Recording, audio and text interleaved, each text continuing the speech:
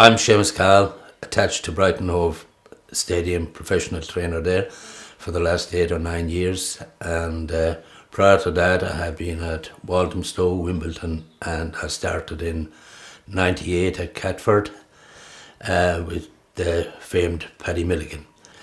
We've had a steady progression from that time to winning the Derby last year at Towcester, as well as being champion trainer along the way and produced numerous top-class dogs, including Jimmy Lolly, Greyhound of the Year. I'm now a youthful 67-year-old, and feel 50. I think the dog I have in the sprint is probably my strongest card. Lucky Robbie will run in the sprint, all being well.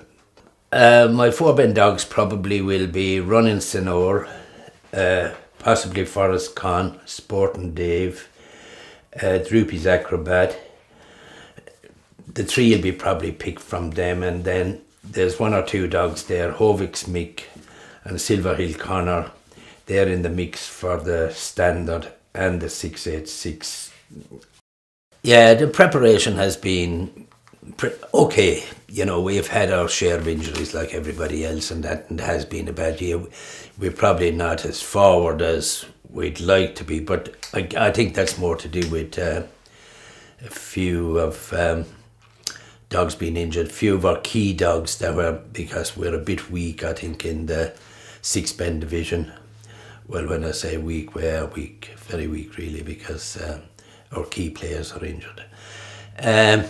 And our bitch, again, we had a couple of bitches come in season who were what we were depending on. But look, we have a team and we're going to war with them, and we'll see what will happen.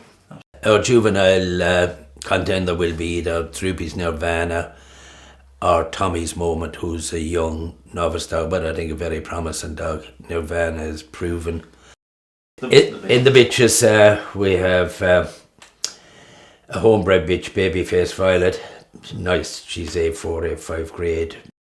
Step in Front, who was graded Greyhound of the Year at Hove.